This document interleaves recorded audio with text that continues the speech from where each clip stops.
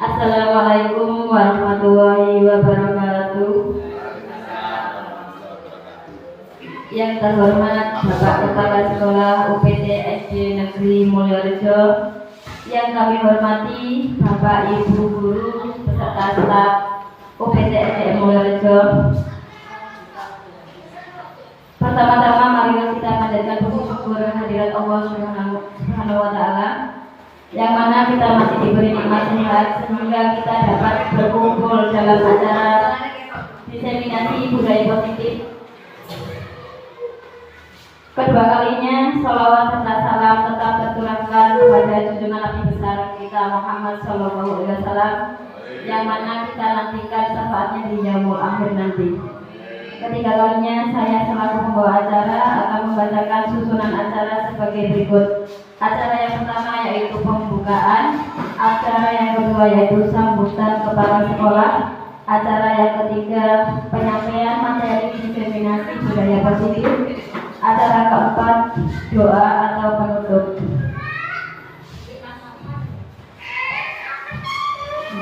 Sebelum acara kita mulai, terlebih dahulu marilah kita buka acara pada pagi hari ini dengan bacaan umum kitab, dengan harapan mudah-mudahan diberikan kelancaran dan ridha Allah Subhanahu wa Ta'ala. Al-Fatihah.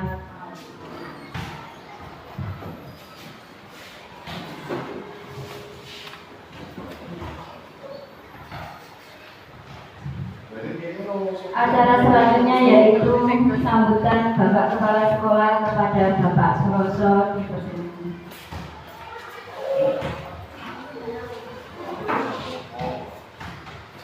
Bismillahirrahmanirrahim. Yang saya hormati Bapak Ibu Guru PTSD Mulyorejo, dan khusus kepada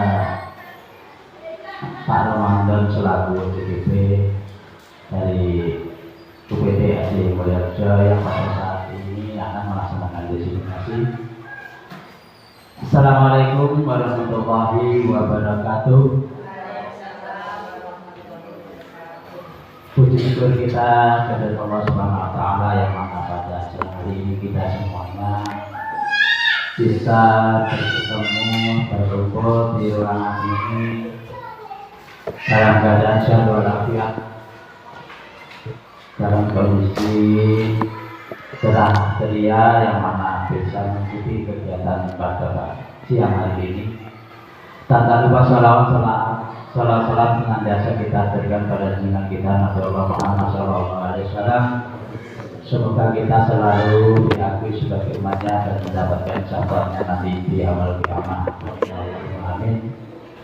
Bapak dan Ibu, pada kesempatan yang sangat baik ini, yang berbahagia ini, dalam rangka untuk memenuhi tugas Pak Ramadan untuk memberikan penyebaran atau gagasan yang akan disampaikan, yakni tentang diseminasi budaya positif, dan sempat saya buka-buka di Google apa diseminasi ada ternyata adalah penyampaian gagasan. Ini adalah salah satu hal yang sangat baik yang akan kita terima secara tidak langsung, adalah pengalaman yang sudah beberapa waktu lalu diberikan atau didapatkan oleh Pak Ramadan selaku DPP untuk mengikuti kegiatan Zoom, sehingga perlu untuk disampaikan nanti ini sangat berdampak baik kepada kita semuanya, khususnya pada anak-anak yang ada di UPT SD Mulyorejo. Demikian yang bisa saya sampaikan, dan selamat Bapak Ramadan dan menyampaikan diseminasinya. Akhir kalam, saya akhiri. Wassalamualaikum warahmatullahi wabarakatuh. Demikian sambutan dari Bapak Kepala Sekolah, kami sampaikan terima kasih. Acara selanjutnya yaitu penyampaian materi diseminasi budaya positif oleh Bapak Ramadan. Kepada beliau dipersilakan. Baik, terima kasih Bapak Ibu telah menyempatkan waktu sehingga dapat saya dapat menyampaikan apa yang harus saya sampaikan hasil dari belajar pendidikan guru penggerak angkatan 10 Kabupaten Tuban. Terima kasih. Untuk selanjutnya Bapak Ibu, saya akan menyampaikan aksi nyata 1.4, yaitu diseminasi budaya positif di sekolah. Budaya positif apa itu budaya positif? Bun, buatan apa? Ambil ada aku. Coba silakan dipraktekkan. Tangan bukan begitu, yang satu ngepal, yang satu berusaha untuk membuka. Bayangkan di dalam satu ngepal, satu buka. Halo. Teman kamu kan sudah depan-depan. Yang satu bukan, oleh buangin berusaha membuka kepalanya, lu kan kejotosan dulu. Nah, bayangkan seandainya di tangan Bapak itu ada emasnya. Ayo, bukan di sini, salah satu membuka, salah satu menutup. Nanti ada, terserah jenengan mau dibuka boleh, mau tidak, mau jangan ini punya saya yang pakai sama tidak boleh. Itu. Ayo coba. Oke. Sudah? Oke, terima kasih. Jadi dibuka apa? Terbuka apa tidak? Terbuka. Kenapa dibuka? Kenapa dibuka? Ya terbuka, jadi Pak tadi kan merespon, respect langsung terbuka. Oke, terbuka. Kenapa terbuka? Ya dengan kesadaran saya buka. Oke, baik. Tidak terbuka. Kenapa tidak bisa dibuka? Betul. Kenapa tidak dibuka? Karena ini sesuatu hal yang berharga. Kenapa dibuka? Karena saya rela ini diberikan. Kan begitu. Ada yang sebagian rela dibuka, ada yang sebagian tidak dibuka. Intinya kesimpulannya apa menurut penjelasan? Siapa yang mampu mengontrol diri kita? Diri kita sendiri. Jadi ini nanti akan saya jelaskan tentang teori kontrol, bahwa orang individu itu tidak bisa mengontrol orang lain. Kenapa bisa dikontrol? Karena apa? Akhirnya mau mengikuti apa yang kita inginkan, karena mereka merelakan dirinya untuk dikontrol, merelakan. Tapi pada dasarnya kontrol diri itu ada pada diri kita masing-masing. Kita membuka karena kita merelakan dibuka, dan kita tidak mau membuka karena memang kita tidak ingin dibuka. Sama dengan murid kita. Sebenarnya kita tidak bisa mengontrol murid kita, karena kontrol itu pada ada diri sendiri. Kenapa dia mau? Kebetulan pas waktu itu dia membutuhkan, ada kebutuhan yang merelakan dirinya untuk dikontrol. Itu dia. Jadi kalau ada murid yang memang kontrol itu ada pada diri mereka masing-masing. Bagaimana kita melakukan usaha melalui merayu dan sebagainya, akhirnya dia mau merelakan dirinya untuk dikontrol. Jadi itu yang akan saya sampaikan. Jadi apakah Anda atau teman Anda membuka kepalan tangan? Iya tadi. Jawabannya apa? Ya. Karena saya Merespon Pak, refleks. Karena saya merelakan dikontrol. Dan satu, karena saya tidak mungkin membuka karena itu berharga, tidak mungkin. Nah, itu intinya adalah bahwa kita masing-masing individu itu memiliki kontrolnya masing-masing. Tidak bisa. Ya kebetulan pas dia mengikuti kita, itu artinya dia merelakan dirinya untuk dikontrol karena ada kebutuhan yang membuat dirinya rela untuk dikontrol. Lanjut. Ini kita lanjutkan. Pada dasarnya ya, Kita tidak dapat memaksa murid untuk berbuat sesuatu jika murid tersebut memilih untuk tidak melakukannya.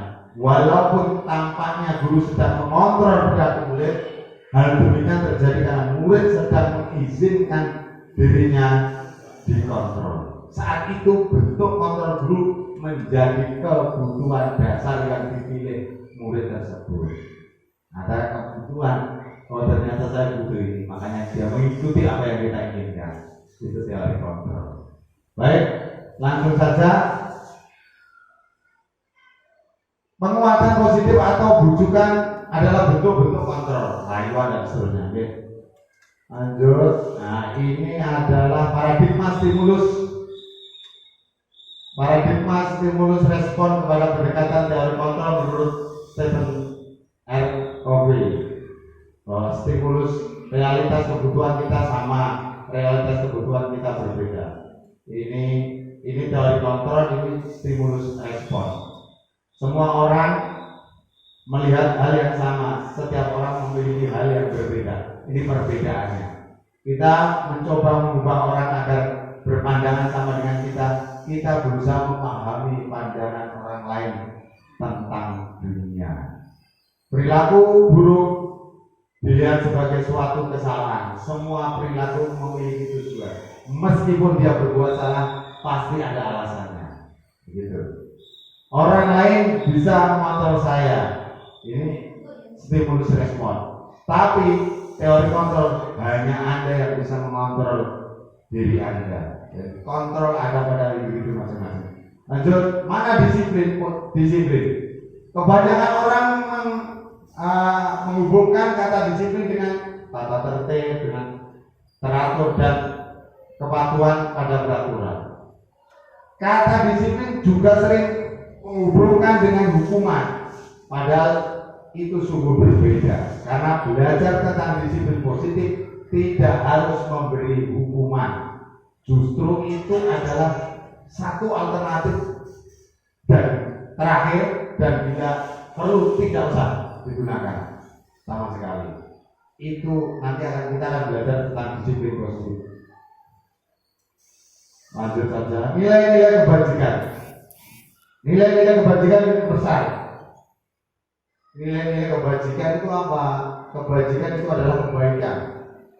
Kebaikan itu apa? Sesuatu sikap, tindakan, ucapan yang baik, itu namanya nilai kebajikan. Nilai kebajikan itu sangat banyak.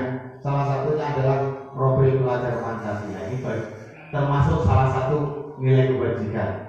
Ada beriman dan bertakwa kepada Tuhan Yang Maha Esa, berkebinekaan global, mandiri, profil pelajar Pancasila, bergotong royong, bernalar kritis kreatif. Ini bagian dari kebajikan universal, termasuk toleransi. Kalau menurut primari dan program sikap murid itu lah toleransi. Ini nilai-nilai kebajikan. Maka nilai-nilai ini harus kita tanamkan pada anak-anak. Rasa hormat, integritas, mandiri, menghargai, antusias, semua yang baik itu disebut dengan nilai kebajikan. 9 pilar karakter ini juga cinta Tuhan dan sanggup, segenap ciptaannya, kemandirian dan tanggung jawab, ini juga nilai baik. Ini juga nilai kebajikan. Keterampilan hidup seperti dapat dipercaya, lurus hati, pendengaran yang aktif, tidak merendahkan orang lain, memberikan yang terbaik untuk diri sendiri. Ini juga nilai kebajikan. Ini juga nilai kebajikan, termasuk empati, suara hati, kontrol diri, rasa hormat, kebaikan, toleransi, ada ini nilai kebajikan. Sekarang kita lanjut pada teori motivasi, hukuman dan penghargaan serta restitusi. Teori kontrol menurut Jan Gosen dalam bukunya apa lagi? Restructuring School Disiplin, untuk tujuan dari atau motivasi orang melakukan sesuatu, orang berperilaku itu ada 3, untuk menghindari ketidaknyamanan atau hukuman. Jadi orang berperilaku itu karena 1, dia menghindari hukuman. Yang kedua, untuk mendapatkan imbalan atau penghargaan dari orang lain, bisa pujian, bisa penghargaan, bisa materi dan sebagainya. Yang terakhir adalah untuk menjadi orang yang mereka inginkan dan menghargai diri sendiri dengan nilai-nilai yang mereka percaya. Ini yang penting, yang perlu kita tanamkan, menjadi diri sendiri yang menghargai diri sendiri dan dengan nilai-nilai yang mereka percaya. Kenapa saya harus berbuat menghormati orang lain? Karena saya butuh orang lain itu perlu dihormati. Ini yang perlu kita tanamkan nanti anak-anak. Karena dia memang percaya bahwa itu sebuah kebaikan, bahwa itu sebuah kebajikan. Itu yang nanti kita tanamkan ke anak-anak. Hukuman, ini ada sebuah kasus. Iva kurang menguasai pelajaran. Ini nanti dengan tahu, ini nanti posisi saya penghukum atau nanti dengan tahu. Iva kurang menguasai pelajaran matematika sehingga pada saat pelajaran tersebut berlangsung dia lebih banyak diam diri atau menggambar di buku pelajarannya. Pada saat guru matematikanya Pak Seno menanyakan pertanyaan Iva menjadi gugup dan tak sengaja menjatuhkan tasnya dari kursi serta tiba-tiba menjadi gugup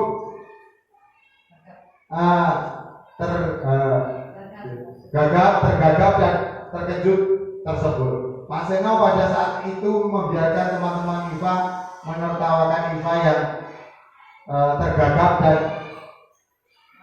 malu luar biasa, dan malah meminta Iva untuk maju ke depan dan berdiri di depan kelas sambil menunjuk hidungnya karena tidak bisa menjawab pertanyaan Pak Seno. Kelas makin gaduh dan anak-anak pun tertawa melihat Iva di depan kelas memegang hidungnya. Apakah Anda setuju dengan tindakan Pak Seno? Tidak. Jawab sama Mbak. Kenapa tidak setuju? Disuruh ke depan, kemudian disuruh pegang hidung karena tidak memperhatikan pelajaran. Kenapa sih?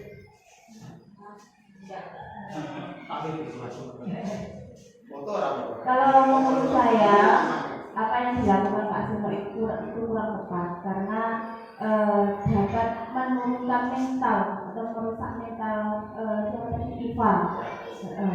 Karena sudah malu, kalau seperti itu dilakukan seperti itu semakin malu. Terima kasih. Terima kasih.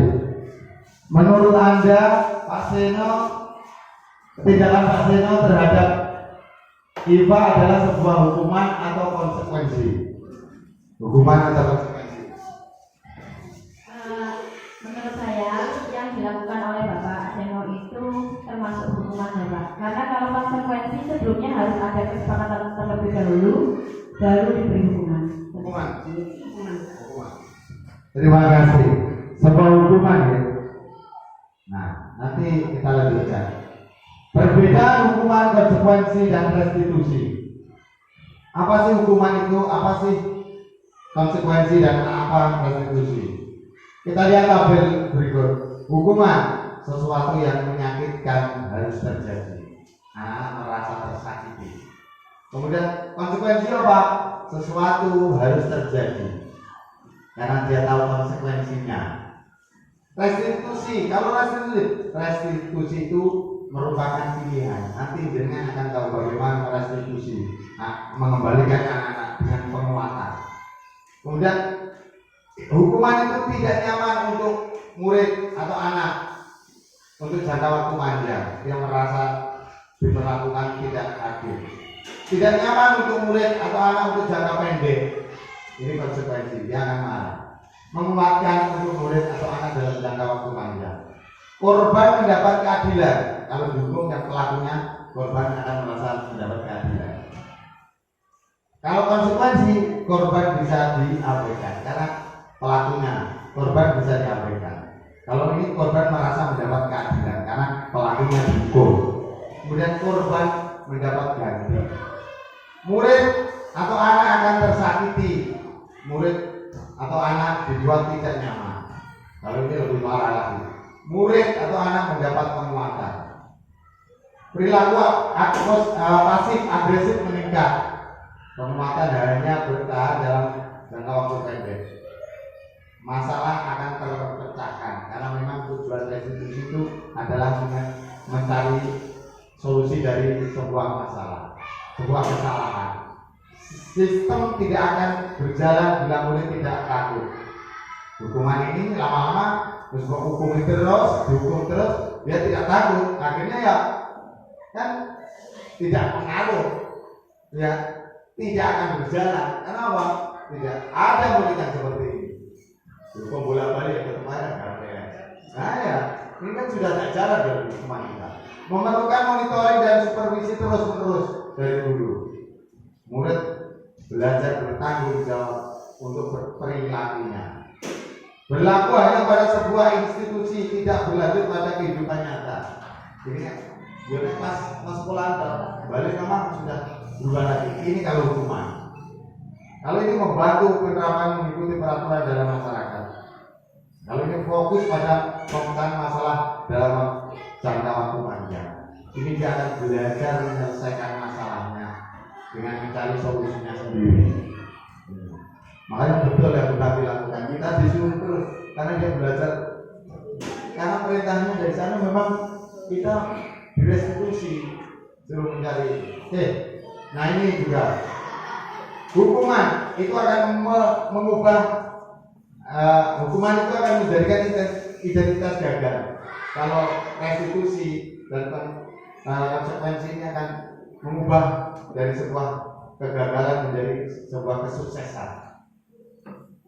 Ini negatif, ini netral. Coba ini seperti peraturannya adalah titik-titik kamu harus apa peraturannya ini kalau mampukah kamu melakukannya? Terima kasih. Nah kalau ini apa kata-kata yang diucapkan apa yang kamu yakini? Oh, saya harus berbuat menghormati orang lain. Apa kamu bisa melakukannya? Nah ini bisa Pak. Apa yang bisa kamu lakukan untuk memperbaiki kesalahanmu? Dia akan mencari solusinya sendiri. Ini cara-cara restitusi. Murid anak akan membenci peraturan. Hukum terus kan? Benci. Murid atau anak akan menghormati peraturan kalau dikonsekuensi. Kalau direstitusi, murid atau anak akan menghormati dirinya dan orang lain. Ini kalimat-kalimat yang awas kalau dilakukan lagi ya. Nanti awas kamu. Nah ini mesti kalimat-kalimat hukuman. Lakukan apa yang saya katakan. Ini konsekuensi. Kalau dari kata apa hal ini yang sesungguhnya ingin kamu lakukan kalau salah. Oh tidak Pak, saya ingin. Nah kalau ini bisakah kamu melakukannya? Nah kapan kamu bisa melakukannya dan seterusnya. Itu yang kalimat-kalimat yang memunculkan yang ada di restitusi. Model paksaan ini dipaksa. Stimulus atau mendorong kepatuhan. Kalau ini mendorong disiplin positif. Konsep diri buruk, ya menganggap dirinya buruk. Konsep diri baik, konsep diri kuat. Kalau kita restitusi. Oke, murid atau anak belajar menyembunyikan kesalahan karena sering hukum. Takut kena hukuman yang disembunyikan. Murid atau anak belajar taat peraturan. Murid atau anak belajar memecahkan masalahnya. Jadi kalau direstitusi. Yang kita latih. Oke, ini juga sama. Kalau ini sama ya. Penghargaan. Pengaruh jangka pendek dan jangka panjang penghargaan. Kita biasanya sering memberi penghargaan kepada anak-anak yang juara atau bisa menjawab. Boleh nggak itu dilakukan? Boleh ya. Nah kita lihat ini. Menurut Anda boleh atau tidak? Penghargaan itu efektif jika kita menginginkan seseorang atau murid melakukan sesuatu yang kita inginkan dalam jangka waktu pendek. Memang benar, dalam jangka waktu pendek dia akan senang. Tapi nanti seterusnya, apakah setelah tidak mendapat penghargaan dia masih mau melakukan? Belum tentu juga. Ya. Itu efek dari penghargaan. Biasanya kalau juara kasih ranking 1, yang menyakitkan lagi itu ranking 2. Orang yang paling sakit itu kayaknya ranking 2. Kenapa nggak bisa ranking 1? Itu mungkin kenapa harus di bawah orang terus. Jika kita menggunakan penghargaan lagi dan lagi, maka orang tersebut akan tergantung pada penghargaan yang diberikan, serta kehilangan motivasi dari dalam. Tidak ada motivasi dari dalam dirinya sendiri. Dia melakukan karena hanya ingin mendapat penghargaan. Jika kita mendapatkan penghargaan untuk melakukan sesuatu yang baik, maka selain kita senantiasa berharap mendapatkan penghargaan tersebut lagi. Kita pun menjadi tidak menyadari tindakan baik yang kita lakukan. Kalau kita sudah melakukan baik, kita tidak menyadari itu. Yang kita inginkan adalah dapat penghargaan. Akhirnya kan seperti itu. Bukan nilai kebaikannya. Oke, penghargaan tidak efektif. Suatu penghargaan adalah suatu benda, suatu penghargaan dan suatu benda atau peristiwa yang diinginkan, yang dibuat dengan persyaratan hanya jika Anda melakukan hal ini maka Anda akan mendapatkan penghargaan yang diinginkan. Jika saya mengharapkan sesuatu penghargaan dan tidak mendapatkannya, maka saya akan kecewa dan berkecil hati, serta kemungkinan lain kali saya tidak akan melakukan, lain kali tidak akan berusaha sekeras sebelumnya, akhirnya tidak melakukan. Oke, lanjut saja. Penghargaan merusak hubungan. Penghargaan kok bisa merusak hubungan, Pak? Penghargaan bisa merusak hubungan ketika seorang diberi penghargaan atau dipuji depan orang banyak, maka yang lain akan merasa iri. Ini betul atau betul? Betul kan? Yang lain pasti timbul merasa iri, dan saya menyadari itu. Dan sebagian dari mereka akan tidak menyukai orang, terus dikucil, no. Itu pasti. Terus kemudian dikucilkan dia. Karena apa? Dia selalu mendapat penghargaan, sedangkan kita tidak. Orang yang senasib tidak itu akan membuli.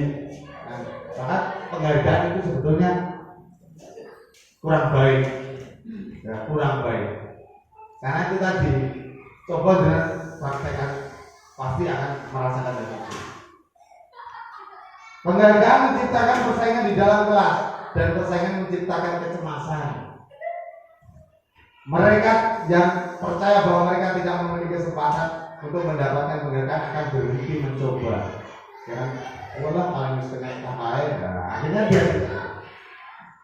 Penghargaan mengurangi ketepatan.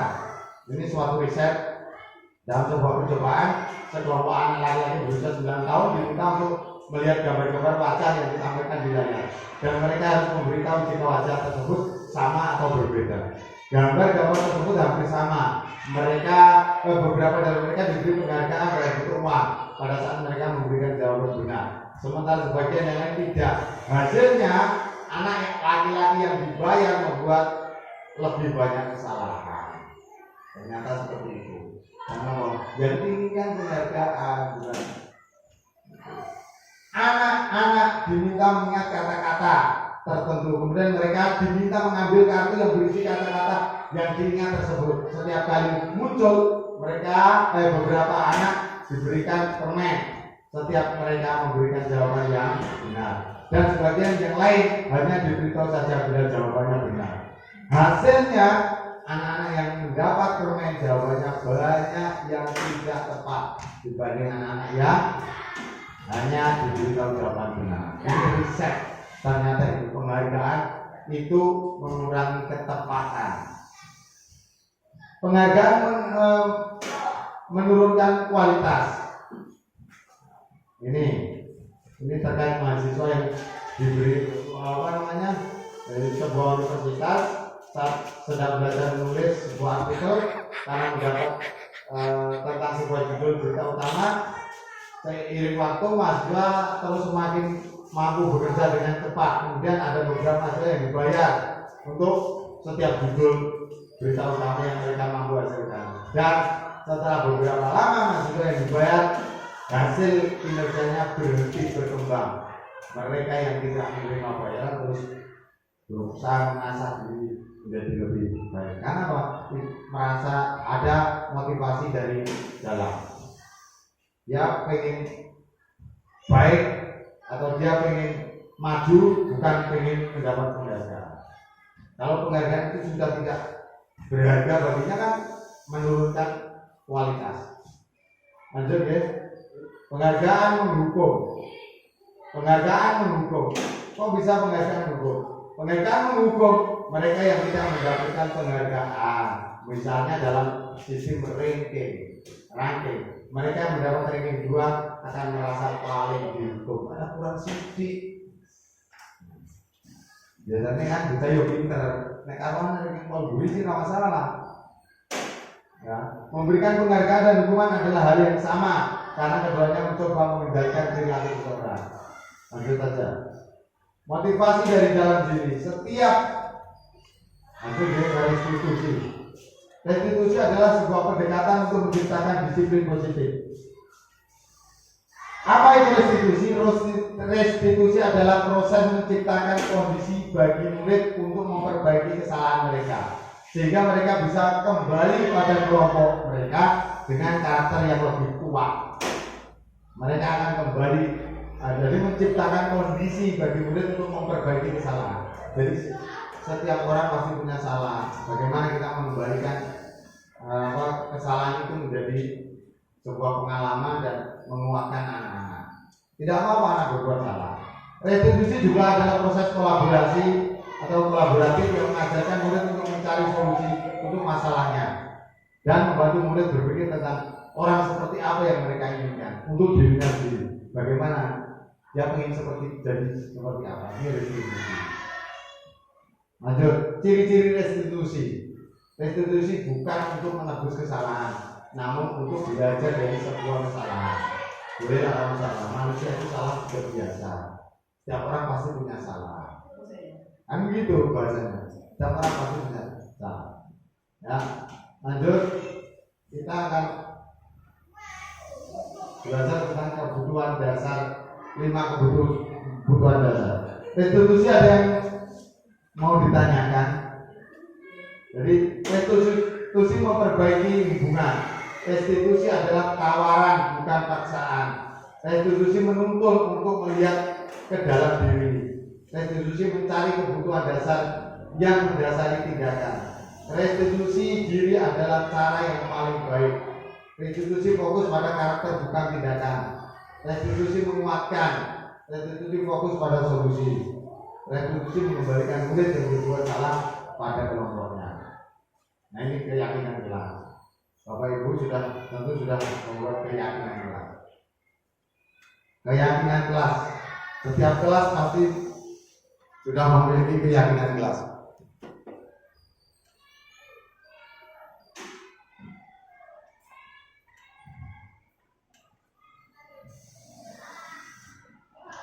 Setiap kelas, mengapa keyakinan kelas itu berbeda? Setiap kelas perlu belajar, setiap anggota kelas perlu senang, setiap anggota kelas perlu melakukan tugas, setiap anggota kelas perlu saling menghargai, setiap anggota kelas perlu merasa aman. Ini mengapa kita harus membuat keyakinan kelas. Selalu bersikap positif, senantiasa menjadi diri terbaik, percaya dan menghormati orang lain serta barang miliknya, berkomitmen terhadap setiap tugas dan membantu. Keyakinan kelas. Kami yakini bahwa sangat penting untuk menghormati semua orang dan barang milik orang lain. Ini hormat. Kami yakini bahwa sangat penting untuk mengerjakan ini yang bekerja. Ini yang diterima contoh keyakinan kelas. Lanjut, kebutuhan dasar, 5 kebutuhan dasar manusia. 1. Butuh kasih sayang, bertahan hidup, penguasaan, kesenangan dan kebebasan. Ini 5 kebutuhan dasar manusia. Posisi kontrol. Kita lanjut pada posisi kontrol. Jadi saya ulang lagi, 5 kebutuhan dasar manusia ini, manusia pasti pengen kebebasan. Contohnya, saya pengen pulang Pak, itu berarti saya pengen jalan-jalan, kebebasan. Saya tidak mau mengerjakan penguasaan. Kasih sayang, butuh kasih sayang, butuh perhatian. Karena mungkin broken home dan sebagainya, ini butuh kasih sayang. Banyak anak di sini yang butuh kasih sayang, butuh kesenangan. Kalau bertahan hidup ini makan, minum dan seterusnya, ini bertahan hidup. Posisi kontrol, 5 posisi kontrol. Jadi ada 5 posisi kontrol. 1 penghukum, 2 pembuat merasa bersalah, 3 teman, 4 memantau dan 5 manajer. Apa sih posisi penghukum? Seorang penghukum bisa menggunakan hukuman fisik maupun verbal. Orang-orang yang menjalankan posisi penghukum senantiasa mengatakan bahwa sekolah memerlukan sistem atau alat yang dapat lebih menekan murid-murid lebih dalam lagi. Guru yang menerapkan posisi penghukum akan berkata, patuhi aturan saya atau awas. Kata-kata seperti ini adalah kata-kata seorang penghukum. Kamu selalu saja salah. Ini posisi penghukum. Selalu yang terakhir selesai. Ini posisi penghukum. Baik verbal maupun fisik. Ini posisi penghukum. Kata-kata yang sering bosan, sebenarnya kayak ini. Nah ini sekarang kita introspeksi atau refleksi diri kita masing-masing. Di manakah posisi kita? Dan nanti kita kembali mana posisi yang paling terbaik. Nah kita lihat. Sekarang membuat merasa bersalah. Pada posisi ini biasanya guru akan bersuara lebih lembut. Membuat merasa bersalah akan menggunakan keheningan yang membuat orang lain merasa tidak nyaman, bersalah atau rendah diri. Kata-kata yang keluar dengan lembut akan seperti, ibu sangat kecewa sekali dengan kamu. Berapa kali Bapak harus memberitahu kamu ya?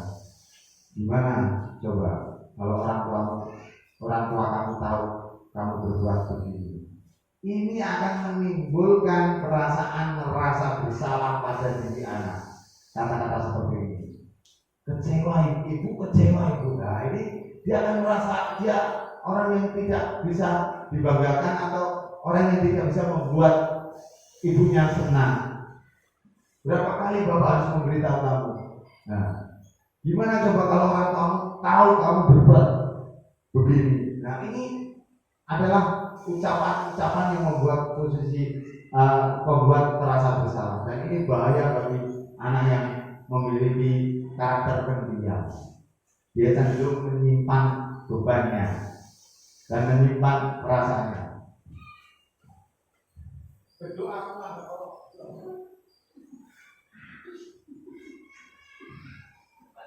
Ya, baik. Terima kasih. Ini saya lanjutkan. Ini posisi teman. Guru pada posisi ini tidak akan menyakiti murid, namun akan tetap berupaya mengontrol murid melalui persuasi. Ucapan yang sering kata-kata yang sering diucapkan, ayo bantulah demi Bapak ya, sambil senyum-senyum biasanya ini. Sesuai kancani diri. Ayo, ingat, tidak bantuan Bapak selama ini. Nah, ya sudah, kali ini tidak apa-apa, nanti Ibu bantu bereskan. Ini posisi teman.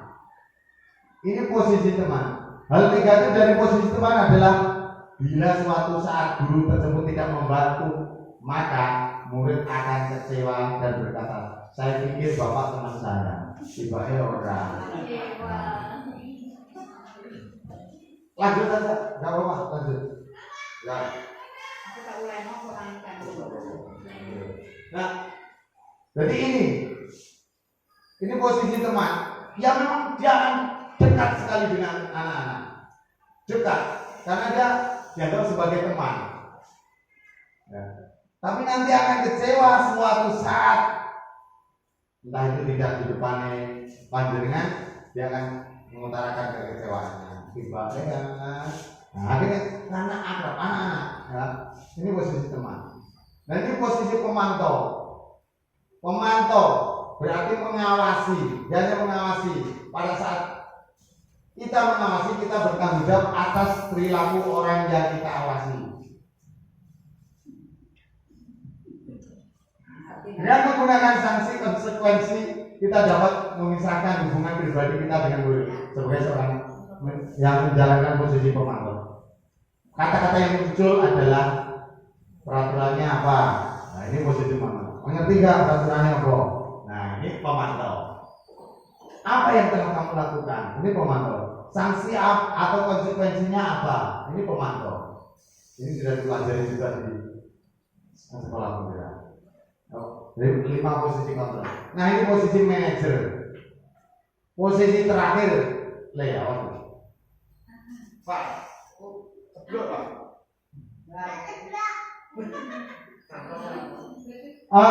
Manajer adalah posisi di mana guru berbuat sesuatu bersama dengan murid, mempersilahkan murid untuk bertanggung jawab atas perilakunya. mendukung murid agar dapat menemukan solusi atas permasalahan sendiri. Seorang manajer telah memiliki keterampilan di posisi teman maupun pemantau. Dengan demikian bisa jadi di waktu-waktu tertentu kembali kepada posisi tersebut bila diperlukan. Apa kata-kata yang diucapkan? Apa yang kita yakini? Nah ini kembali ke keyakinan kelas. Loh, saya meyakini apa kemarin bersama-sama. Nah ini, Pak, saya meyakini bahwa kita harus saling menghormati. Nah, bagaimana berarti kamu? Saya salah, Pak. Nah apa yang harus kamu lakukan? Kalau sekedar mengejek, saya akan minta maaf, Pak. Nah itu kan sudah mengembali. Tidak ada yang tersakiti, baik korban maupun pelaku. Insya Allah seperti itu. Itu harus sih. Atau yang lain, mungkin dia terlambat. Kenapa kamu terlambat? Itu Pak, karena saya tidur kesiangan. Kenapa? Tidur tadi malam saya bergadang sampai malam. Loh, kenapa bisa bergadang sampai malam? Kamu berbuat seperti itu pasti ada alasan. Saya main game, Pak. Nah, main game, apa-apa. Bapak juga suka main game. Dikembalikan gitu kan? Bapak juga suka main game. Tapi kalau lambat seperti ini menurut kamu baik apa tidak? Oh tidak, Pak, karena saya terlambat belajar. Saya juga pusing, mungkin kan begitu. Akhirnya, nah, bagaimana supaya kamu tidak melakukan itu? Saya harus tidur lebih awal dan saya harus tidak begadang lagi. Kamu bisa melakukan? Bisa. Bagaimana caranya? Saya akan tidur lebih awal, atau orang tua saya akan membantu saya nanti membangunkan. Nah, itu kan cara-cara restitusi dan manajer. Posisinya sebagai manajer. Apa kamu meyakininya? Iya. Jika kamu meyakininya, apa kamu bersedia memperbaikinya? Nah, kata-kata seperti itu.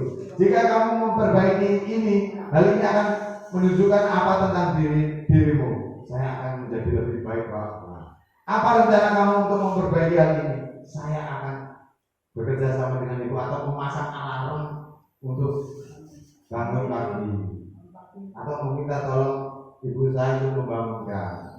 Apa? Nah, tugas seorang manajer bukan untuk mengatur perilaku seseorang. Kita membimbing murid untuk dapat mengatur dirinya sendiri. Seorang manajer bukan memisahkan murid dari kelompoknya, tapi mengembalikan murid kepada kelompoknya dengan lebih baik atau lebih kuat. Oke. Posisi penghukum. Kata-kata yang sering muncul ya. Nadanya, cirinya, nada suara tinggi, bahasa tubuh, mata melotot, awas. Nah, itu posisi penghukum. Dan jari-jari nunjuk-nunjuk. Terlambat lagi, pasti terlambat lagi. Selalu datang telat. Kapan sih kamu bisa datang tepat waktu? Nah, ini penghukum. Tanyakan diri Anda. Apakah Bapak Ibu ada di posisi ini? Ya. Ada. Betul. Kalau pas atau lagi kempes.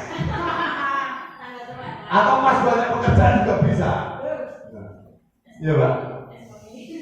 Penghukum tadi suara tinggi, membuat merasa bersalah, suara melas, sedih, bahasa tubuh merapat pada anak lesu. Adik kamu ini bagaimana ya? Kamu sudah berjanji dengan ibu tidak akan terlambat lagi. Kamu kenapa? Ya senang sekali mengecewakan ibu. Ibu benar-benar kecewa sekali. Ini adalah merasa bersalah. Bagaimana perasaan murid bila ditegur seperti ini? Hasilnya merasa bersalah, akan rendah diri, akan merasa tidak berguna. Tidak berguna istilah. Membuat merasa bersalah. Teman, ramah, akrab, dan bercanda. Bahasa tubuh merapat pada murid, mata dan senyuman jenaka, guyon.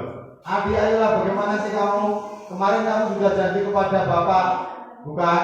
Kenapa terlambat lagi? Sambil tertawa ringan. Ya sudah, tidak apa-apa, duduk dulu sana. Nanti Bapak dulu bantu. Kamu itu kembali senyum-senyum. Bagaimana perasaan murid dengan sikap guru seperti ini? Ayo. Tuannya juga. Gimana Pak tadi pertanyaan itu lagi? Tidak fokus Pak. Posisi. Iya. Teman, jika Adi, ayolah bagaimana sih kamu kemarin kamu sudah berjanji, bagaimana perasaan murid dengan sikap guru yang seperti ini?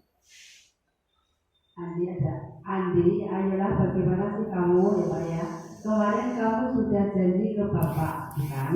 Kenapa terlambat lagi? Sambil tertawa ringan. Ya sudah, tidak apa-apa. Duduk dulu sana, nanti Pak Guru bantu. Oh itu Pak, pertanyaannya. Bagaimana perasaan murid dengan sikap guru seperti ini? Karena kadang-kadang anak itu berubah Pak. Kadang kan berangkat siang, berangkat pagi. Ya gimana ya kena guru. Kalau aku juga menyarankan berangkat pagi Pak. Perasaannya. Perasaan siapa? Perasaan anak. Kira-kira diperlakukan seperti ini bagaimana Pak? Kalau dulu tadi kan kecewa, sakit hati. Kalau posisi teman, perasaannya seperti apa? Kalau diperlakukan seperti ini? Ya, penuh keadapan Pak. Penuh keakraban. Terima kasih. Penuh keakraban. Terakhir, nah ini tadi hasilnya ini murid akan merasa senang dan akrab dengan guru. Mau berarti kita hasilnya tadi merasa bersalah. Kalau tadi ya bersalah telah mengecewakan guru dan seterusnya. Dan ini hasilnya murid akan merasa senang dan akrab dengan guru. Ini termasuk dampak positif. Hanya saja di sisi negatifnya murid menjadi tergantung pada guru tersebut. Dia akan bergantung. Bila ada masalah dia merasa bisa mengandalkan guru tersebut untuk membantunya. Akibat lain dari posisi teman adanya berbuat sesuatu bila iya menurut jenengan ya pada posisi ini akan Di satu sisi mungkin anak merasa nyaman karena sering istilahnya dekat dengan guru, akrab dengan guru. Tapi di sisi lain biasanya anak itu cenderung menunjak. Jadi kayak kesopanan, kayak terhadap guru, tunduk kepada guru itu berkurang. betul. Terima kasih, betul sekali. Karena tadi karena menganggap teman akhirnya dengan kesopanannya berkurang. Oke lanjut guys. Pemantau sekarang nadanya nada suara datar bahasa tubuh yang formal. Adi, tahukah kamu jam berapa kita mulai? Tahu Pak? Kamu terlambat 15 menit. Apakah kamu sudah mengerti konsekuensi yang harus dilakukan bila terlambat? Paham Pak? Saya harus tinggal kelas pada jam istirahat selama nanti dan mengerjakan tugas yang ketinggalan. Ya benar, nanti pada saat jam istirahat kamu harus tinggal di kelas untuk menyelesaikan tugas yang tertinggal tadi. Saya tunggu bagaimana perasaannya. Ini pada posisi pemantau karena dia terlambat 15 menit, dia harus mengejar yang 15 menit tadi. Berarti temannya istirahat dia gitu. Ini posisi pemantau. Contoh. Ini hanya contoh saja. Maka bagaimana hasilnya? Murid akan memahami konsekuensi. Ada konsekuensi dari pelanggaran yang dilakukan. Ini posisi pemantau. Posisi manajer maka suara guru sebaiknya tulus. Tidak perlu marah. Tidak perlu meninggikan suara. Apalagi menunjuk-nunjuk jari ke murid, berkaca pinggang atau bersikap seolah-olah menyesal. Tampak sedih sekali akan perbuatan murid maupun saudara beliau, menempatkan diri sebagai teman. Pada posisi ini fokus pada murid, bukan untuk membahagiakan guru atau orang tua. Murid sudah mengetahui adanya suatu masalah dan sesuatu perlu terjadi. Bila guru mengambil posisi pemantau, guru akan melihat apa konsekuensi, apa peraturan. Namun pada posisi manajer, guru akan mengembalikan tanggung jawab pada murid untuk mencari jalan keluar masalahnya. Jadi mencari jalan keluar sendiri. Oke baik, langsung saja Ini nanti apa? Motivasi. Ini kita lanjut. Nah, segitiga restitusi. Ini yang perlu. Apa segitiga restitusi? Segitiga restitusi adalah proses menciptakan kondisi bagi murid untuk memperbaiki kesalahan mereka, sehingga mereka bisa kembali pada kelompoknya dengan karakter yang lebih kuat. Restitusi adalah kolaborasi dan ini tadi sudah. Langkah-langkah restitusi, satu adalah menstabilkan identitas. Berbuat salah itu tidak apa-apa. Bahasanya yang dipakai. Tidak ada manusia yang sempurna. Saya juga pernah melakukan ini kata-kata yang bisa dipilih kesalahan seperti itu. Kita bisa menyelesaikan ini. Bapak Ibu tidak tertarik mencari siapa yang salah, tapi Bapak Ibu ingin mencari solusi dari permasalahan ini. Ini kondisi pada menyetabilkan. Jadi kalau anak berbuat salah, ya, pasti setiap orang pasti pernah melakukan salah. Kamu berhak merasa begitu. Apakah kamu sedang menjadi teman? Apakah kamu sedang menjadi teman yang baik buat dirimu sendiri? Ini juga kata-kata yang bisa dipilih seperti ini. Ini kondisi pada stabil. Jadi kalau anak berbuat salah, stabilkan dulu. Kondisinya distabilkan dulu. Kemudian divalidasi. Atau dari sini juga bisa dimulai dari kata, Bapak dengar tadi kamu berbuat salah ya, atau Bapak dengar tadi kamu bertengkar ya dengan temanmu.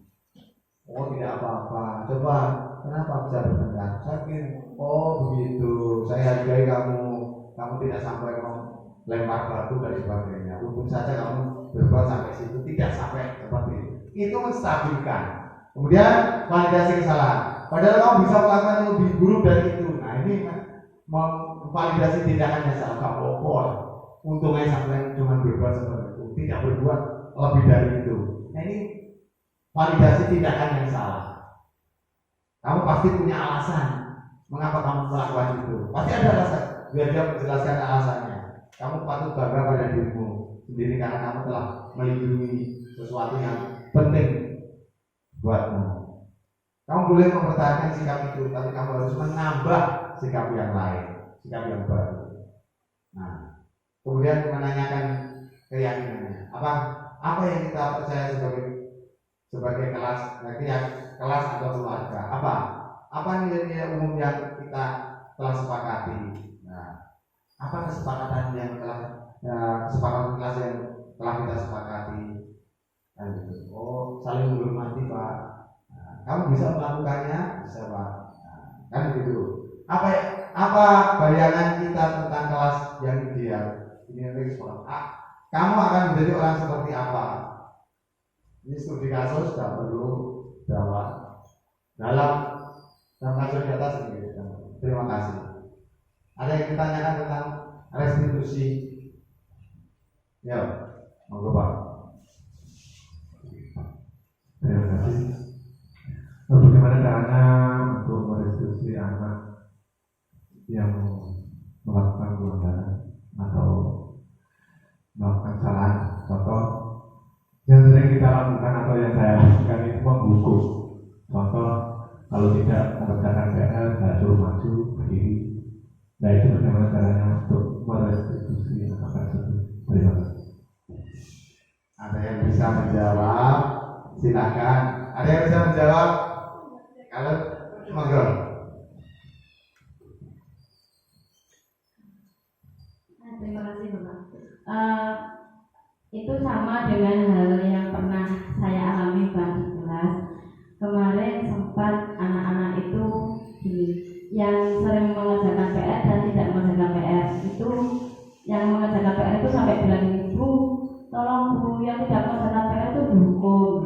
Kemarin sempat saya diskusikan dengan Pak Rom dan Bu Yuni sewaktu jam pulang sekolah, itu ternyata ada solusi seperti ini Pak. Kita membuat keyakinan kelas atau kesepakatan kelas yang sudah disepakati bersama. Bagaimana dengan teman-teman yang tidak mengerjakan PR seperti itu? Jadi kesepakatannya apa? Itu yang dilaksanakan teman-teman yang tidak mengerjakan PR. Baik, terima kasih. Tepuk tangan dong. Jawabannya tepat sekali. Jadi mungkin keyakinan kelas yang kita kita buat di kelas itu tidak satu untuk satu tahun, bisa diganti secara kondisional. Contoh, anak melakukan banyak yang tidak mengerjakan PR, kita buat kesepakatan, kita cantumkan kesepakatan, kita suruh tanda tangan mereka. Akhirnya dengan kesepakatan kelas itu mereka akan menjalankan apa yang telah disepakati. Ya itu hukuman, Pak. Kalau jenengan tadi suruh masuk ke depan dan itu hukuman. Dengan memposisikan diri sebagai penghukum, berarti memposisikan diri. Kalau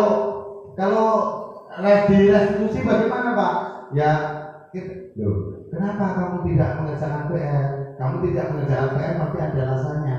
Nah, itu mengembalikan. Oh, saya kemarin biasa jalan-jalan sama ibu. Oh, begitu. Iya, memang jalan-jalan itu lebih enak.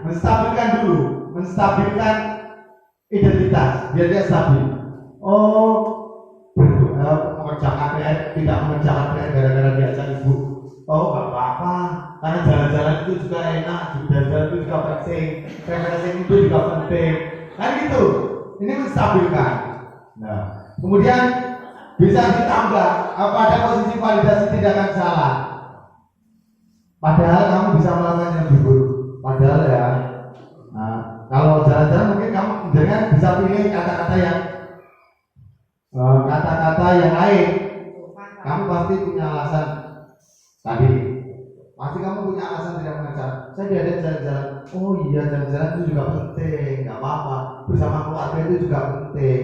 Kemudian, tetapi kamu tahu nggak?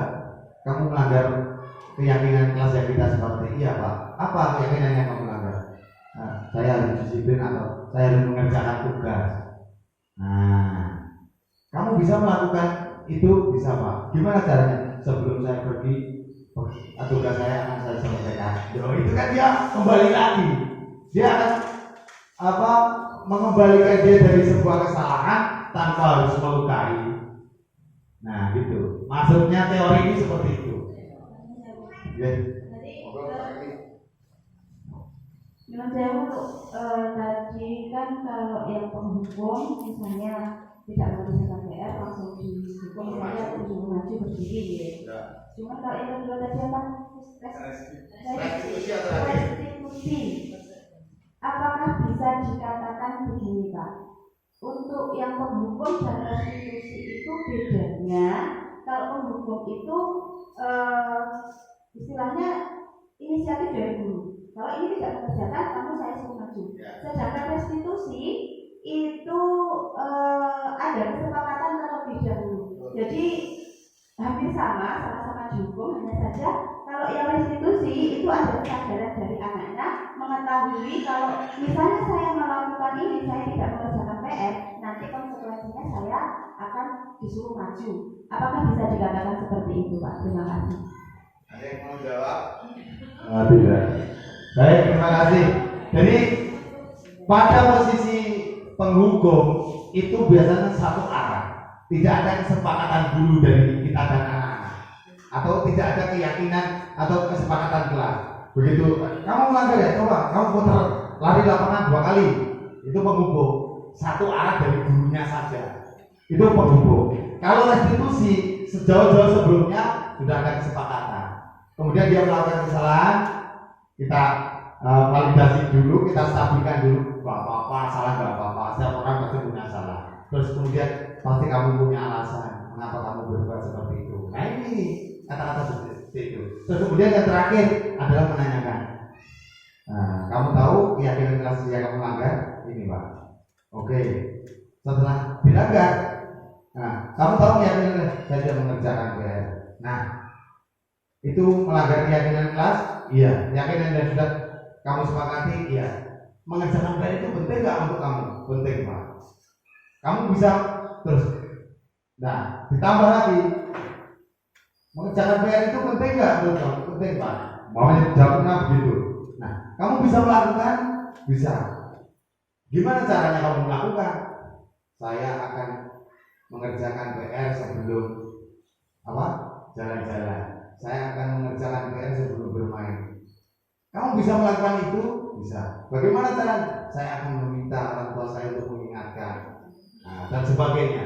Atau saya akan datang ke rumah teman saya belajar berkelompok. Itu solusi ditentukan oleh anaknya sendiri. Solusi ditentukan oleh anaknya sendiri. Begitu ya? Bisa diterima? Atau ada yang masih ganjel, tenang kau lagi. Bener nggak? Kita coba. Tapi menurut saya memang. Terima kasih Bapak Ibu. Mudah-mudahan apa yang saya sampaikan dapat bermanfaat untuk kita semua dan kita mampu menerapkan apa yang saya sampaikan sehingga kita mampu menciptakan lingkungan yang positif untuk anak didik kita. Kurang lebihnya mohon maaf. Assalamualaikum warahmatullahi wabarakatuh.